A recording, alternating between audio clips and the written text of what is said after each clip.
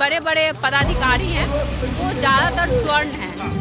और ये आंकड़ों पे मैं बात कर रही हूँ, ये नहीं कि मैं बहुत ये पिछड़े जाति से आती हूँ तो कोई अगर आप पिछड़ा कोई नहीं है सब मानसिकता ज़्यादा एक आखिर इतना सीट खाली क्यों है पिछड़ों को, दलित को, यूनिवर्सिटी में जो प्रोफेसर है या जो भी पदाधिकारी, आखिर सीट खाली क्यों है? आखिर एक ही जाति के लोगों में काबिलियत है। बड़े पैमाने पर जो वर्ग जो जैसे कि 85% 90% जो लोग हैं उनका वोट को अपने तरफ करने के लिए कौन करे? भाजपा कर रही है जी बिल्कुल, केंद्र की सरकार कर रही है, क्योंकि ये उनको प्रतिक्रिया देखनी थी कि आखिर अगर अब भविष्य में हम इस प्रकार की गाइडलाइंस लाते हैं तो जो वर्ग हमारा सपोर्ट में है, क्योंकि आप देखेंगे जैसे ही यूजीसी गाइडलाइंस आया, जो सबसे बड़ा वोट बैंक था, जो भाजपा का सबसे बड़ा वोट बैंक था, वो सड़कों पर आ गई थी। नमस्कार, आप देखना शुरू कर चुके हैं पब्लिक संपर्क और मैं हूं आपके साथ चंदन प्रताप सिंह। देखिए, इस वक्त मौजूद है पटना यूनिवर्सिटी कैंपस में। जानने के लिए आए हैं कि यूजीसी कानून को लेकर देश में जिस तरह से एक वर्ग समर्थन कर रहा है और एक वर्ग विरोध कर रहा है, ये तमाम मुद्दों पे बात करेंगे। बताएंगे क्या नाम हुआ आपका? मेरा नाम अनु कुमारी हुआ। मैं पटना यूनिवर्सिटी की छात्रा। जी, मैं मगध महिला की छात्रा हूँ और छात्र नेत्री भी हूँ पटना विश्वविद्यालय की। जी, यूजीसी कानून को लेकर एक वर्ग समर्थन कर रहा है, एक वर्ग विरोध कर रहा है। आपको लग रहा है कौन सा वर्ग आपको लग रहा है कि बेहतर है? देखिए, बेहतर नहीं, इस एक्ट को समझने में गलती की जा रही है कि आखिर अगर कोई एक्ट आता है तो उसको लाने की ज़रूरत क्यों पड़ी है। आखिर यूजीसी को ये एक्ट या ये गाइडलाइंस लाने की ज़रूरत पड़ी है तो हो सकता है या ये है कंप्लेंट्स बड़े होंगे, इस प्रकार का घटना है जो उसको रोकने के लिए, क्योंकि कोई भी अगर जैसे आरक्षण हो गया या किसी प्रकार की कोई चीज़ है, वो कुछ चीज़ें ऐसी होती है समाज में, उसको रोकने के लिए लाया जाता है।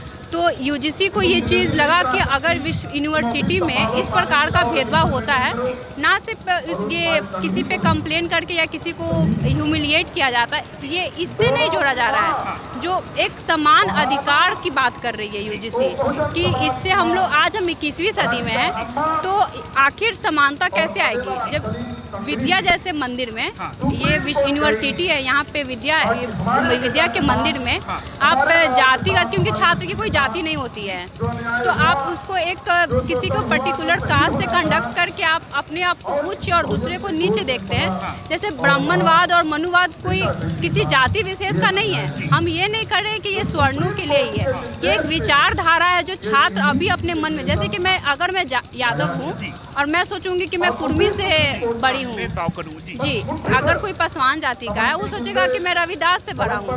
तो ये विचारधारा को खत्म करने के लिए लाया जा रहा है। इसको एक तरीके से राजनीतिक मोड़ दिया गया है, इसको राजनीति की तरह से यूज करने के एक बड़े पैमाने पर जो वर्ग जो जैसे कि 85% 90% जो लोग हैं उनका वोट को अपने तरफ करने के लिए कौन करे? भाजपा कर रही है। जी बिल्कुल, केंद्र की सरकार कर रही है, क्योंकि ये उनको प्रतिक्रिया देखनी थी कि आखिर अगर अब भविष्य में हम इस प्रकार की गाइडलाइंस लाते हैं तो जो वर्ग हमारा सपोर्ट में है, क्योंकि आप देखेंगे जैसे ही यूजीसी गाइडलाइंस आया, जो सबसे बड़ा वोट बैंक था, जो भाजपा का सबसे बड़ा वोट बैंक था, वो सड़कों पर आ गई थी। मोदी जी को उनके जात से तेलिया किया जा रहा था, उनको सड़क पर पुतला जलाया गया। मतलब समाज विरोध करे तो उनका भी तो संवैधानिक अधिकार है विरोध करने का, अपने अधिकार का। लोकतंत्र है आपका। अगर आप उनको ऐसा लग रहा है कि उनको विरोध करना चाहिए और हमें लग रहा है कि हमें समर्थन करना चाहिए, हम ये नहीं कहेंगे कि पूर्णतः तरीके से ये गाइडलाइंस को लागू करना, हम ये कहेंगे इसमें संशोधन की ज़रूरत है, ताकि जो बच्चे जो पढ़ रहे हैं उनके आपस में मतभेद नहीं हो, क्योंकि आखिर जो यूजीसी का जो लाने का जो मेन मोटो है फिर वो सफल नहीं हो पाएगा। आप एक तरफ बात कर रहे हैं कि आप समानता लाना चाह रहे हैं और फिर उसी में अगर स्वर्ण और बहुजन के जो बच्चे हैं, जो दलित समाज से आते हैं, पिछड़ा समाज से आते हैं, उनमें अगर मतभेद पैदा हो जाएंगे, अगर उस गाइडलाइंस में संशोधन किया जाए कि अगर इस प्रकार का कोई फॉल्स कंप्लेन करता है तो उसकी डिग्री कार्रवाई करी जाएगी या उसे सस्पेंड कर दिया जाएगा। कुछ ऐसा स्ट्रिक्ट होना चाहिए, क्योंकि अगर आप ऐसे खुले में, अगर एक होता है कि उनके हाथ पैर एकदम खोल दिए जाएंगे कि आप जाओ और कंप्लेन कर दो। और फिर पटना यूनिवर्सिटी में होता है भेदभाव, जातिगत भेदभाव की बात करें तो?